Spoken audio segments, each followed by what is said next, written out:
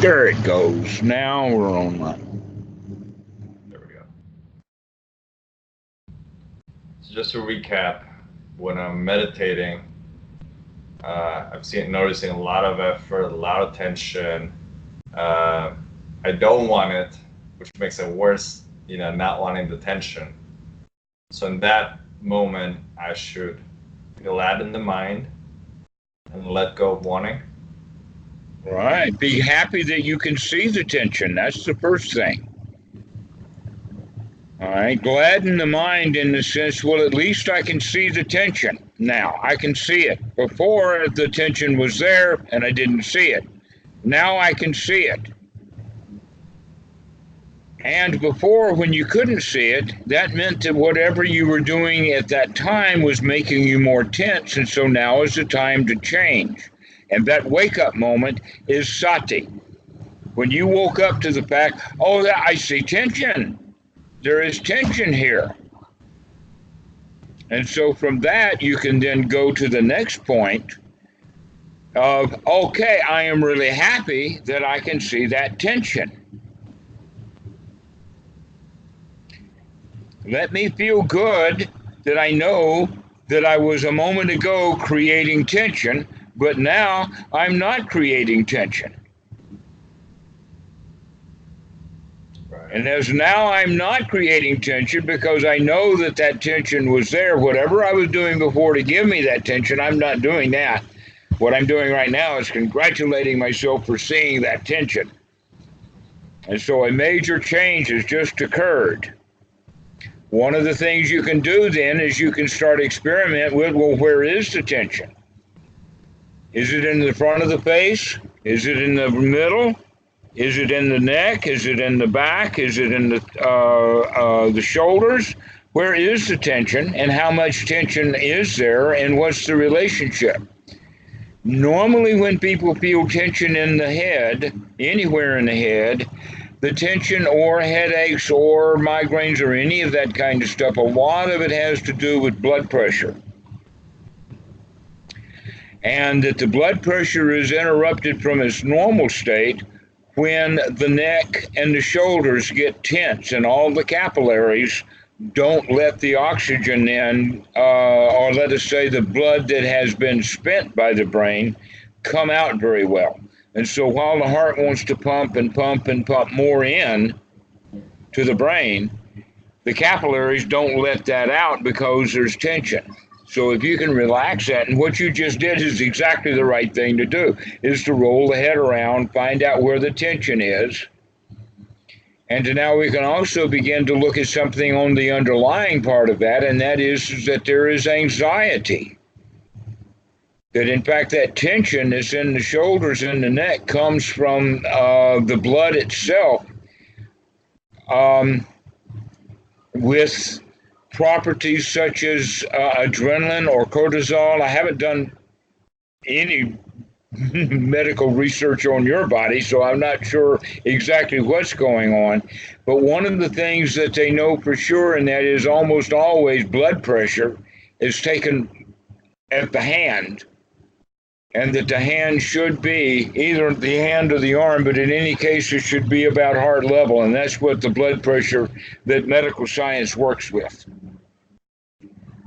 But they're beginning to understand, oh no, that probably the right place to do blood pressure check is on the throat and on the neck, because that's where the blood pressure is most likely to really zone up and down. Then in fact, what they have found is that over a course of a short period of time, say maybe within 1 minute, the blood pressure in the normal reading will go up and down based upon a secondary benefit or a secondary point, because the primary point is how much blood the brain is using and whether there's tension in the shoulders. And as the shoulders relax, the blood flows better throughout the brain, and because of that, that affects the blood pressure that can be recorded in the arm.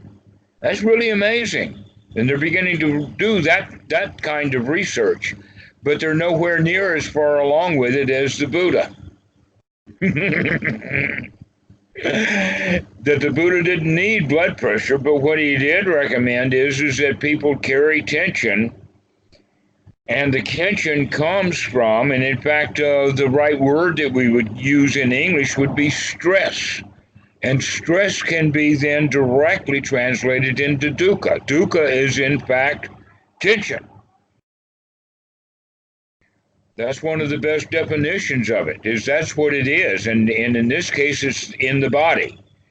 And so finding a way of relaxing the shoulders and relaxing the neck will then change the blood pressure enough so that the tension in the head can take care of itself.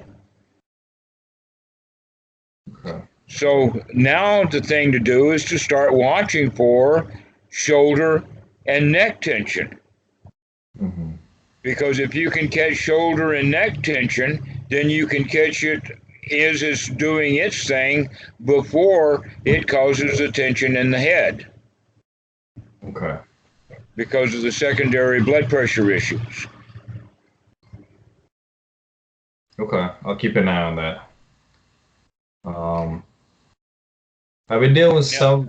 Now, that's the important thing. Keeping an eye on it is precisely what we're talking about. That keeping an eye on things, by the way, is exactly an excellent translation of the word sati, which we normally translate as to remember. Right. But with you keeping an eye on it, that's right, you do that. You keep an eye on it. You watch that stuff. You make sure that you know when any tensions come into the body like that, in the shoulders, because that'll often happen along with the anger that you were mentioning a few moments ago.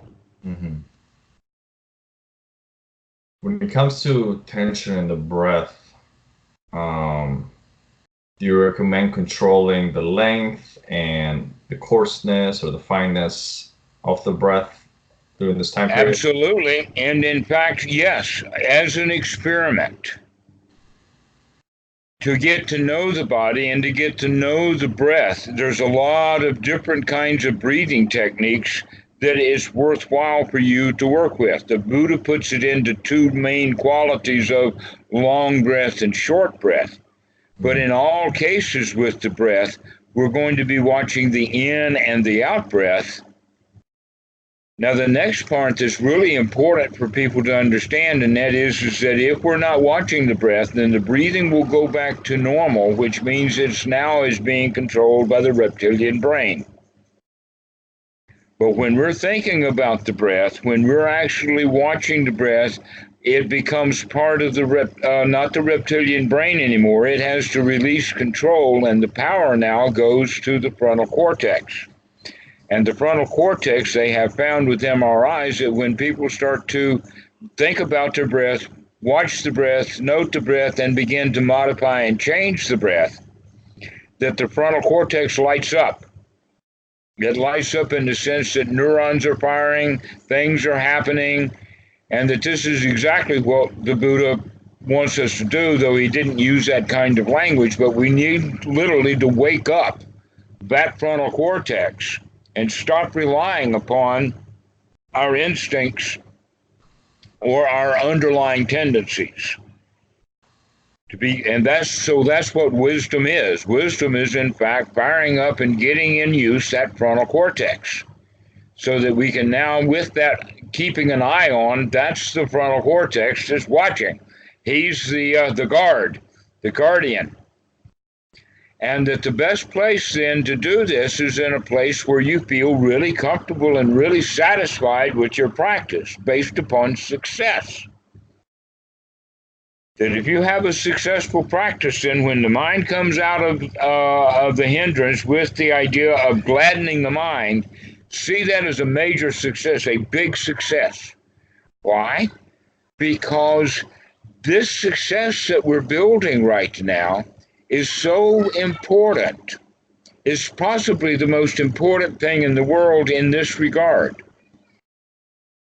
That to become a noble, to become part of the, in fact, Jesus talked about it, you must be born again.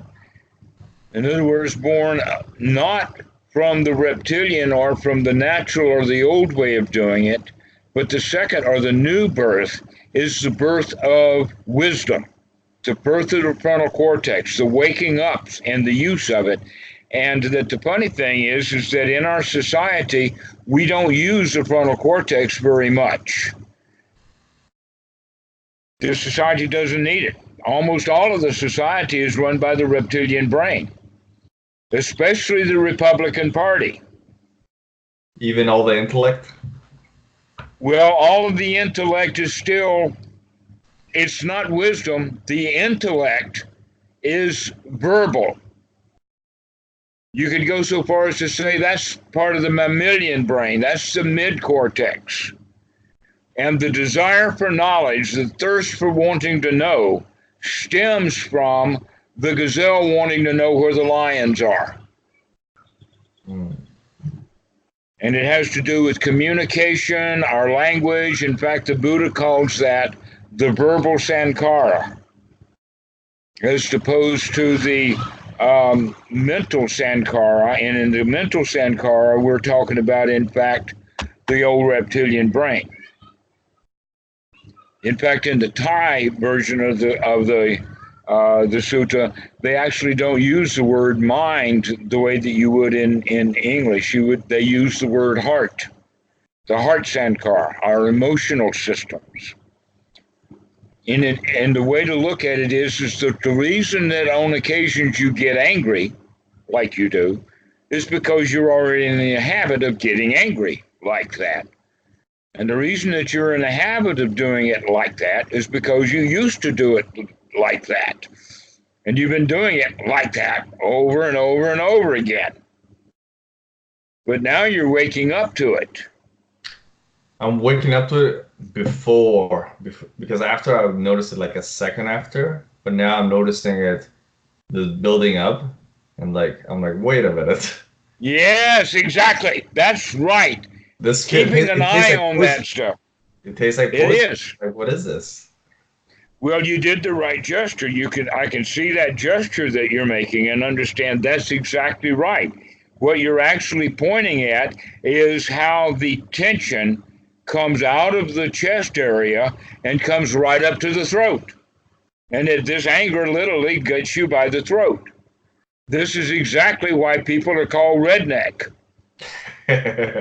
Not because they're out in the sun in the hot field working. Oh no, the rednecks are sitting on the porch while somebody else is out in the field working. No, the redneck comes from anger.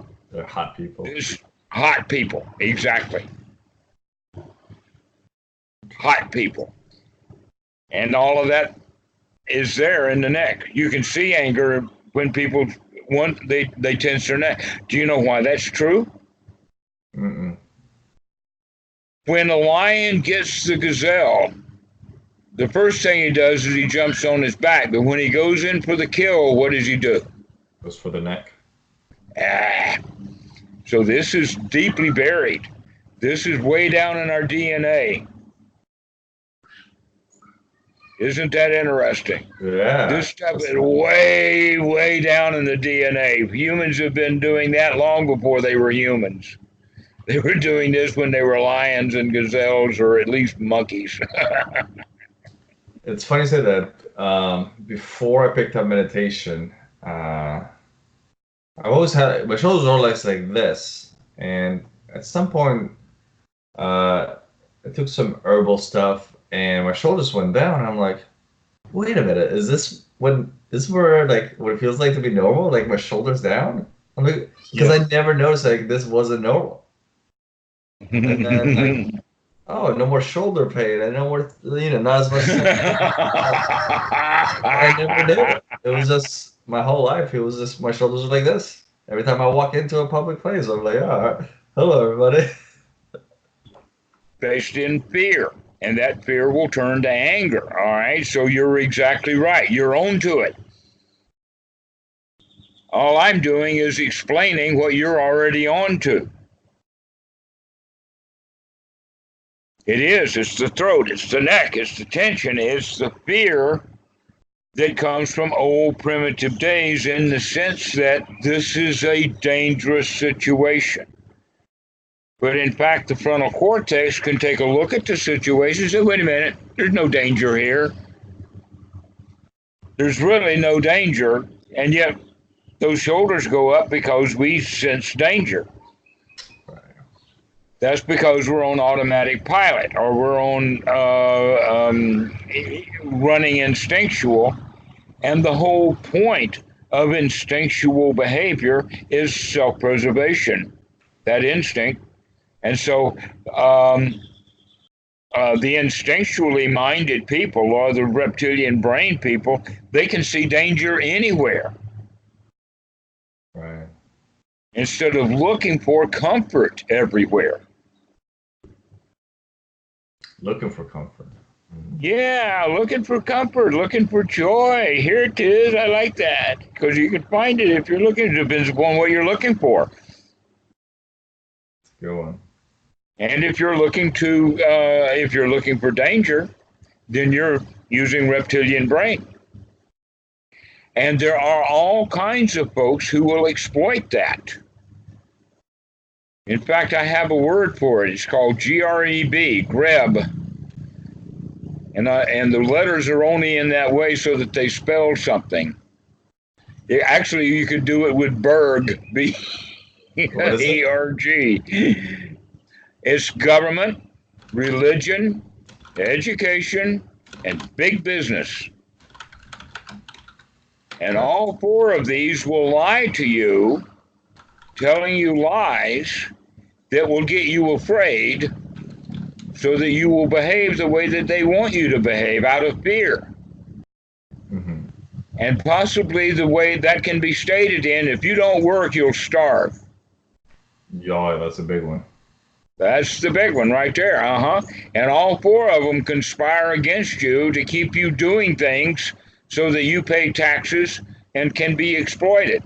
So the government takes your money.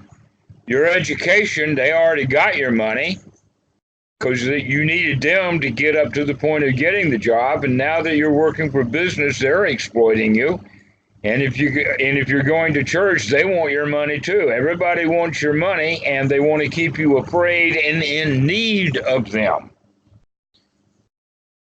And what the path of the Buddha is a path to get out of that trap, so that we eventually come to the point of, and let me give this clear so that you can hear this and memorize it.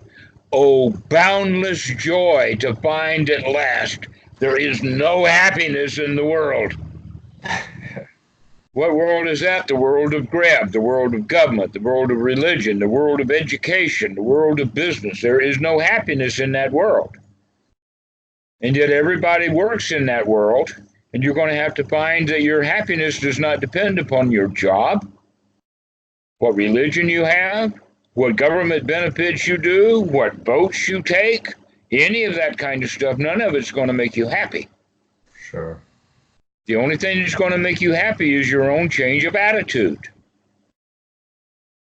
When I walk into a room, it's funny you said that looking for danger, looking for comfort. That's really stuck with me right now. First thing I look at, I'm like, who could cause me danger? In terms of either socially, or who could maybe ostracize or reject me, or insult me, or so I've done kind of martial arts and stuff. So physically, I don't feel threatened, but it's other threat, which is. Yeah. In fact, you did that martial art because you felt threatened. So now that you've done the martial art, you've taken care of the actual threat in the sense that the frontal cortex, now you can take care of yourself. Yeah. And yet you still feel danger. You still feel afraid. So doing the martial arts didn't fix the problem. That's exactly it, yeah. But it was a step in the right direction. Got you breathing anyway. I would say it helped a little bit, like maybe 20%. Just I know I'm safe, but it doesn't mean it's fully registering. But some part of it is what? We're not in physical harm, but we can be in social harm. We can be in Now, here's the trick about it. Did you ever do any actual sparring? Did you get that far in martial arts? I imagine that you did, or you wouldn't have the confidence that you do. So it was jujitsu. I don't know if you ever heard of it. And Oh, no. Oh, yes, I have been thrown around. I competed in it. So I would do. Okay, so here's the thing then, in any martial arts, but you were doing jujitsu, one of the things that you really have to do is watch your opponent. Sure. You got to be right here, right now, in order to watch what he's doing, or he's going to throw you on the mat. Yes. Exactly. And if he tries to throw you on the mat, your job is to do exactly what you need to do to not only stop him from throwing you on the mat, but put him down there too. Exactly. Yeah, I know jujitsu. I've been rolled around a bit. Yeah. All right. So here's the point. You've already developed the sati that you need. Now you have to focus it. And so imagine now that every time that you're in meditation, sitting on the cushion, or in fact, whenever you go into a room of those people, instead of watching your opponent with every move that he makes, start watching your own feeling system and your own mind with every move it makes. Possibly with the idea of, I am going to keep my shoulders relaxed. When I go into this room, I'm going to relax intentionally the shoulders as I open the door. I'm going to go in that room with relaxed shoulders, and I'm going to be on guard. And the other thing is intentionally start looking for people who are friendly rather than looking intentionally for people who might be dangerous. Mm-hmm. Change of attitude. I'm the dangerous person. Nobody. You're the most dangerous person too. Yeah, that's right. That's good to recognize. Yeah, when you walk into that room full of dangerous people, you're the most dangerous one there. Me. Everybody else is nice and friendly. I'm worried about me. I'm like, I need to keep an eye on this guy. You can change that. But you have to be on top of it. You have to keep an eye on it. And this is why sati is so important. It's the key element of the teachings of the Buddha. If people only study Buddhism out of a book, they can know everything. But then at the right time when they need all of that stuff they read out of the book, it ain't there for them. There's back tense, they're uptight, their shoulders are up, their head is tense. And they're the most dangerous guy in the room. Why? What good did all of that reading do them if they're not therefore seeing what it is? This is why the big key. In fact, that's the advantage that Buddhism has over psychology, for instance. Because the students of psychology or the clients are never given the task of, you've got to start remembering over and over and over again. You've got to develop this sati. You got to keep it going. You got to make your whole mind changed with it. An example would be, here's my new example, a light switch that has a spring on it and a timer of some kind, so that sometimes you push the light switch and the light will stay on for a while, but eventually it'll turn itself off. And then you got to go turn that light switch back on again to get the light back on. Mm-hmm. And your brain is very much like that. When it is off, that means you're on automatic pilot. And when you're on, that means you're in human mode.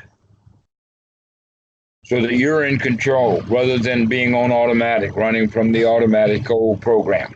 So, but it goes back automatically again, all by itself. And not only that, but just at the wrong time, just when you need the light the most, that's when it goes dark.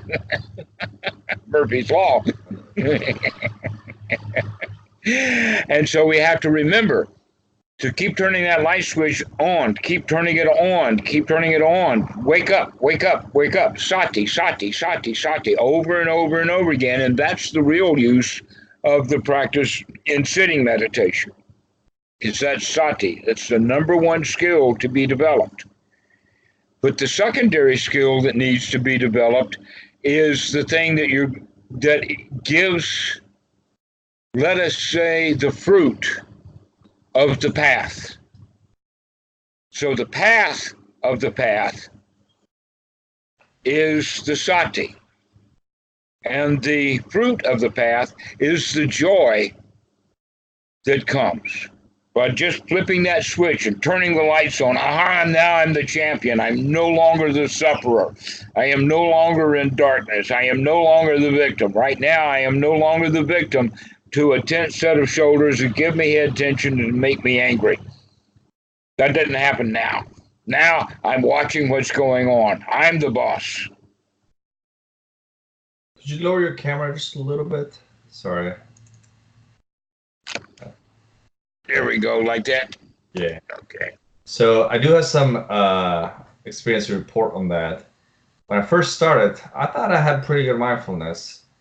And I would remember, oh, and then I would do the success. I'm like, I got it. Yeah, this is awesome. And then as I'm getting it, I'm like, I'm going to go to the breath. I didn't even make it to the breath before, like, I forgot about it. And I was like, that's weird. I didn't even last 2 seconds. So I could remember, but I wouldn't like stay. So that's when I switched to the breath. I'm like, I got to be able to maintain that at least a couple seconds, to realize the beginning and end. Uh-huh. And when I hear it, that's exactly right. That's an excellent point. Let me further clarify that during the sequence of a long in-breath and a long out-breath that becomes part of the practice, in that time period, the mind has plenty of time to do things. One of the things it can do is just wander off with the breath. But another one is we can stay on the breath, but thoughts occur. And so we want to make sure that the thoughts that are occurring are of the quality that, number one, they're not going to take us away from the breath. And number two, they do not cause suffering. In fact, dukkha or suffering is what takes us off the breath. And so we have to start maintaining wholesome thoughts. But what we've been talking about today is also wholesome feelings. And that the feelings come out of one part of the brain, the reptilian brain, and the thoughts come out of the mid part of the brain, which is the what they call the mammalian part of the brain, where we have language. And we tell ourselves stories and intellect and all of this kind of stuff. But the real knower and seer, the thing that makes humans really human, is, for instance, the ability to connect the dots and the ability to see the dots. Dogs can't even see the dots. How can you get them to connect the dots? Sure. So it's that frontal cortex that we have that makes our speech and our language so powerful. But the quality of the speech and the language and the intellect itself is not this better part of the brain, the part that's wisdom, the part that can be here now and see what's going on and understand not just the situation, but the way that we feel, the way that we act. We become high-class, high-quality human beings. Not only do we change the emotion, now we also got to change the thoughts so they're directed towards a wholesome object. Exactly. Okay, interesting. So, I let the thoughts do their thing while I'm trying to bring joy, but it's like two things going in different directions. Right, and so you need to take the thoughts and start directing them also in the direction, and in the way we can direct the thoughts is with that quality of gladdening the mind. Mm-hmm. Gotcha. Okay, and the gladdening the mind then will assist us mightily in feeling good, so that we wind up with wholesome, appropriate thoughts that lead us to wholesome conclusions about life itself, which helps us then to eliminate the fetters. An example would be the fetter of doubt. To eradicate the fetter of doubt means that we have to have this success over and over and over again with the gladdening of the mind of, aha, I caught you, as opposed to, oh no, there the mind goes again. You see, that's a major change in attitude. Aha, I caught you. Becoming very pleased with your progress. This is the Vedana, this is the feeling. This is what they call rapture and pleasure, born of seclusion. Now, that rapture and pleasure born of seclusion is actually dynamite packed. The word actually is piti. Piti and sukha. Sukha is actually happiness. It's translated by Bodhi as pleasure, but it's really a satisfaction. So that rapture or piti is much more like the feeling of success. And it's a feeling, but it goes along with that thought, aha, I caught you. It's the underlying feeling of being the winner. Aha, aha, I'm the boss here. Aha, I got it. Okay, that's the good feeling. And this is the kind of feeling that everybody wants. That's why people play slot machines at the casino, is to get that feeling of being a winner. You need to start to develop that. Not just the thought of, aha, I call you, but the feeling of, aha, I call you. Gotcha. And then that changes then into sukha, which is satisfaction. First the success, then the satisfaction. Once you have those two qualities, those are jhana factors, and they're born of the seclusion from the hindrances. So now we want to make sure that we keep those hindrances at bay, because the hindrances, one, keeps us out of the joy. As you were saying, it's almost like a conflict. Right. And eventually that conflict will be won by the wandering mind. It always wins unless we make sure, oh no, you're not going to do that. No, I'm going to be the boss. I win. You come back here. And so you come back here is what they call in the Mahasi method, the noting. To note what's going on right now. And in this regard, we're going to start noting the happiness, noting the satisfaction, noting that state of mind where everything is good now, it's pleasurable, it's relaxed, I like it. Notice that, and notice also that now it's okay to start wanting to maintain that, because that's not wanting something you don't have, it's wanting to keep something you've got. Completely different. So you begin to guard it. And what are you going to guard it from? The very thoughts that are going to take you away from that. Right. And so you're going to... This feels nice. It's enjoyable. Kind of reinforces. Yeah. So you get into that nice, really comfortable, enjoyable state. And you like it. And you want to maintain it. This is good. This is nice. And so any thoughts of the past, we say, oh no, I don't want to think about that. I want to stay in this really beautiful, nice state. Never mind. Come back. Yeah. Start again. This is the whole quality that we're looking for, is to be able to maintain that state of really, this is good stuff. I like this place. Once I have the state in place, does attention stay on the breath as well? If you start noticing the tension coming, though, you can start breathing back into that tension, because you can use the breath to help relax the body. Take a long, slow, deep breath. For instance, if the anxiety and the tension can be felt into the chest, then when you're breathing, you think about, you watch, you notice, and you make sure that you're getting a whole lot of air into that area, in the sense of opening the chest, expanding it out, getting all the blood flowing so that it can start moving around instead of getting stuck in that place of tension where they have tightness in the chest. And you'd be surprised that people will get that tension and tightness in the chest, but they don't even know it. But yet they know it, at least subconsciously, so that tension and tightness in the chest begins to affect their thoughts. In the sense of, oh, I've got to go do something. I'm not sure exactly what it is I need to do or why I need to do it, because they're not aware of, in fact, why they need to do it is because they want to get rid of this tension in the chest, or for you, in the neck. It's the same exact same thing. Some people store it here, some people store it there. And in fact, if you find it like that, do the same thing with the breathing, in the sense of when you breathe in to fill it up completely. And then when you exhale, you want to let it all down. Just Ah. And so you relax the neck, relax the shoulders, relax the whole body, tranquilizing the body. Just let it out. Let it go. It's actually part of Anapanasati. Interesting. It's surprisingly how much more, I guess, mindful develops when concentration goes, or when, paying attention to the breath. I didn't think it would translate, because all I do is pay attention to the breath through the day, and now I'm noticing, well, that's just causing me tension, and that's causing tension. Why didn't I notice it before? Why I just paying attention to one thing? Now it's kind of showing all this other stuff.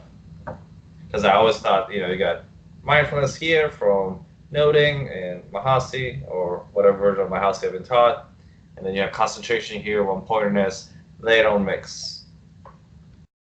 Yes, they do. It's all one practice. It's just a different focus. And that the mistake that most Westerners make is this quality that they talk about, concentration. Because that's not what the word samadhi should be translated to, and yet it's been translated that way for well more than 100 years now, and so the whole Western society is all screwed up. That the word concentration actually means something like taking out all of the inessential points and gathering together on the essential ingredients. An example of that would be concentrated orange juice, either frozen or all the way to powder, or concentrated milk. Okay, they do that with uranium. What they're doing is that they're taking all the stuff that's not a particular U-238 or 35 or whatever, and take all the other stuff that's not that out of it. And they do that with centrifuges, because even if the centrifuge is spinning high enough and the screens are down to the molecular level so that the screening is small enough, then the stuff that you don't want will be separated from the stuff that you do want. It'll go to the outside of the centrifuge. And so they keep doing that, and then the stuff that they take out of the middle is more purified, but it's not yet. So now they got to throw out all the junk and put only the partially purified stuff in and centrifuge it again. And so all right, that's concentration. That's not what we're doing here. Not according to the Buddha. And yet people who think of jhanas, they think of that as concentration. To where, in fact, oh no, it's not really concentration that we're doing, even when we get to the point of turning those thoughts off, where we can go into second jhana, which then turns the thoughts off, because in first jhana, we actually do want to keep those thoughts going. Why? Because we're going to put them to work. We're not going to let the mind just wander around. We're going to make sure it's staying on point. But the point is only in the sense of the wholesome. That's the way that we would say the concentration is just to remove the unwholesome stuff and leave only the wholesome in. So in that regard, it's kind of a concentration, but a better way to look at samadhi is a gathering together of the ingredients that you need in order to do something. And now we're thinking about it from a completely different way. Instead of trying to get rid of things that are unessential, instead we're thinking about, oh no, we need things we don't have that needs to become and put into place. An example of this would be a tent, like a teepee. Western American Indians had a teepee, and at the top of that point, all of those ridgepoles came together at a top point. The same is true with a yurt. In fact, in the Buddhist scriptures, it is a yurt that is used in the sense that it's got a central point, and then all the ridgepoles go around on the outside, but they collect at this high point. You can also think of it as the dome on a Capitol building, that high point. That's what we mean by samadhi. And for that samadhi of first jhana is when we collect all the factors together. And what are the factors that we need? rapture and pleasure born from the seclusion of the hindrances. So that when we get all the crap out of the mind, now we feel really joyful and satisfied that we've got the stuff out of the mind, and we want to maintain that satisfaction. So now we've got the things together, and so the way that we're going to use the mind is in a way of applied and sustained. So now we're going to apply the mind on what's worth thinking about. And we're going to keep the mind sustained on what's worth thinking about. Now, that worth thinking about, in fact, is basically what's worthy of wise attention is the Eightfold Noble Path and the Four Noble Truths, in the sense of what is suffering. The neck tensions and all of that stuff is suffering, and I'm going to be watching for that suffering. This is suffering. What's the cause of suffering? Wanting things we don't have, putting up with things that we don't want, and most specifically, not keeping an eye on things. That's the second noble truth right there. Greed, ill will, and delusion. Not keeping an eye on things, and that allows that wanting things to come up and cloud our meditation. So we're now going to be on guard, because we're in a state of joy, a state of happiness, a state of sweet spot, of satisfaction. I like this, and I'm not going to leave it. I'm not going to let the mind now take me away. And if it does, we'll catch it again. We'll eventually get an eye on it, and we'll start over again and do this process over and over and over again. But let's suppose now, after we're practicing for a while, we can actually keep the mind focused enough so that we're only thinking about wholesome thoughts. Thoughts about the here now, thoughts about what is it like to be really completely free from suffering. Wow, this is so nice. Oh, that first noble truth is good stuff. I like it. All right. And how did I get here? Well, I've got it because I've got right view. I've got right attitude. I've got right sati. I can keep remembering to come back and do this. And I'm doing it with just the right amount of effort so that it's pleasurable. And your attention is feeling good. Your intention is to maintain this state of sukha. Is the breath the anchor still, kind of just running the... The breath is not only the anchor, but it's also the toy. It's a toy to play with. Rather than something to focus on with concentration, think about it as a toy. And so you want to take it apart. You want to inspect it. You want to play with it. You want to... You want to make it go from zoom, zoom, zoom to zoom, zoom, zoom, zoom, zoom. Okay, this is something fun. Yes, make it fun. That's the whole point in life. Children are robbed of their joy. Children are robbed of their fun. Stop having fun and sit down and do your homework. Stop having fun and do what you're told to do. And when we get really good at that, somehow we think of that as an adult. No, not an adult. That's still, we've really been stuck into that wrong kind of childhood. A victim. Do what you're told to do. But the child, they want to go play. That's, talking about Kitty in the beginning, that's one of the things that I really like about her, even though the, let us say the drill sergeant, the military officer, the teacher, the college professor, and all of that qualities is still left in here someplace. We want her to pay attention. You do your homework. Come on, you've seen that word before. You know what that word is. Remember it. Okay, so that part is there.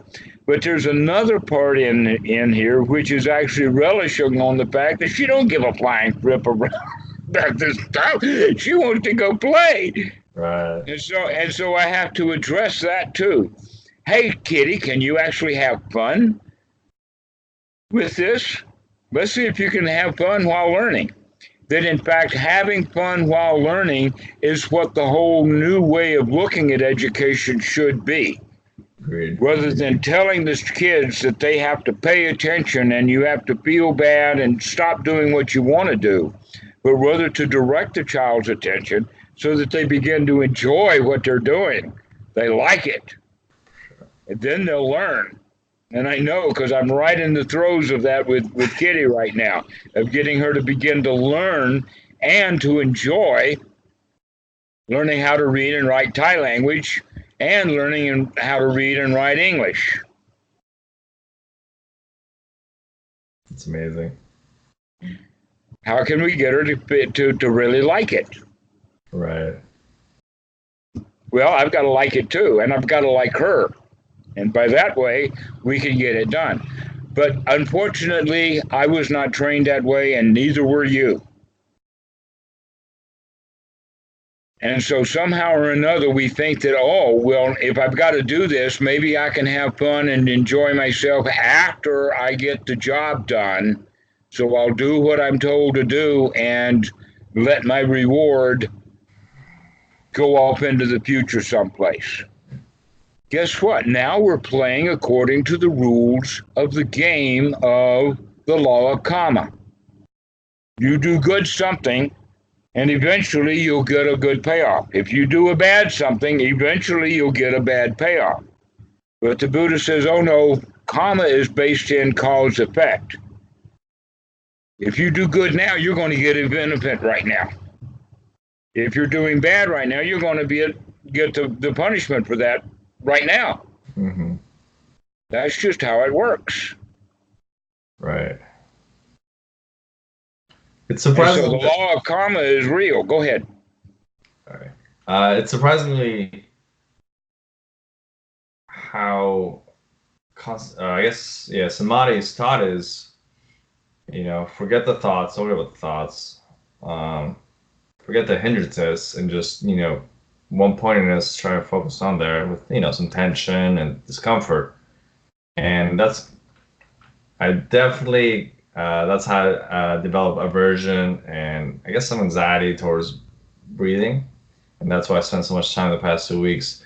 I'm like, I got to figure this out. I cannot be afraid of breathing or, putting my attention on the breath. So I've been gently coaxing it and talking it and figure it out. And when you said, use the thoughts as well to be involved with that, the pleasure and the joy, I was like, why did I think of that? I mean, I do that for work, or I do that when I'm doing something. I'm like, in order to get involved, I put my thoughts at it, directed, and sustained thoughts. But before it's like, oh, you physically just stay there. Don't like, It's funny. It's like we're doing it all wrong. Yeah, it's been there all along, and it's funny because we hear new things in old ways, so they don't quite get it. So sometimes it needs to be explained over and over and over again in different ways and walking around it until the student says, oh yeah, okay, I got it. There's nothing to this Buddhist stuff. It's really easy to do. All I have to do is remember to do it. Right. Even when you said, bring the joy of success and all that, I was like, I don't need that. I'm pretty successful, right? I mean, like, I'll try it. I realized after whatever experience I had in meditation, I was listening to teachers and they're all like, well, it is as it is. Don't get involved. And I was a pretty happy person before, but I always knew some effort was required for me to be happy. So now I'm like, all right, I should probably drop that effort and just be as I am. And I noticed I no longer smiled and like I no longer look forward to doing stuff and like all this kind of like stuff. And I'm like, I guess this is it. And then I realized when I started the success and happiness, I'm like, oh, I have been having a loser's mentality. Like it is there. Like surprisingly, I don't think I can do this. And like the sharp contrast, for that few seconds where, alertness and brightness and like, hey, I feel great. I'm a champion, to letting that go and going back to, oh, I just want to like do nothing and just, sit here and not accomplish anything and kind of just be, because that's what the teacher said, just be. And we go in the wrong direction in this situation. That's great. I hope that you've got a path now so that you know which way to go. That really it's okay. for you to feel the way that you want to feel. Yeah. And you need to experiment with that. Just like experimenting with the breath. How long is a long breath? Does the long breath affect the tension? Can I relax my shoulders with the breath? This is one of the ways of playing with that.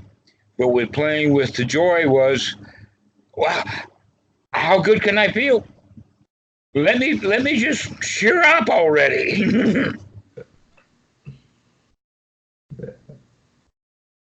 Thank you. Start playing that with the feeling of really, really successful. Really, you're really successful. Much more successful than you allow yourself to feel in your job. That's 10%. We're shooting for 11%.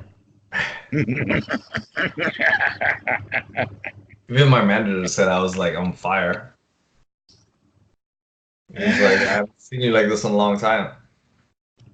Well, Thanissaro, Ajahn Thanissaro has a book, Mind Like Fire, Unbound. I'll have to check it out. It's funny you bring that up because Well, I'm not sure whether the book itself is that much valuable, but what he was writing was from a quote from the Buddha. That the mind, when you get the mind turned on, it's a marvelous toy. It is such a marvelous toy. That they say that the humans only use about 10% of their capacity. I would say, oh no, when they use it, they use all of it, but they only use it about 5 or 10% of the time.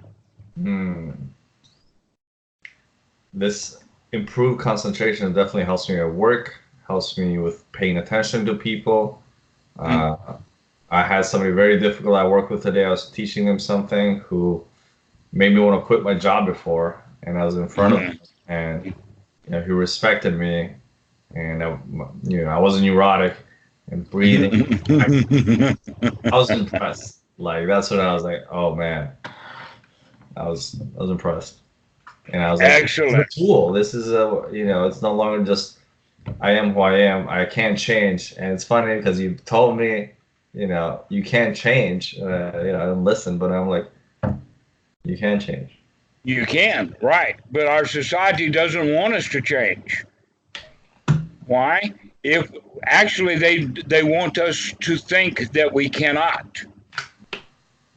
Because if we cannot change, then they can control us. But if you're capable of changing, then it doesn't matter what they try to swat, you moved. You're not there. You can see it coming. Get out of the way of it, just like jiu-jitsu.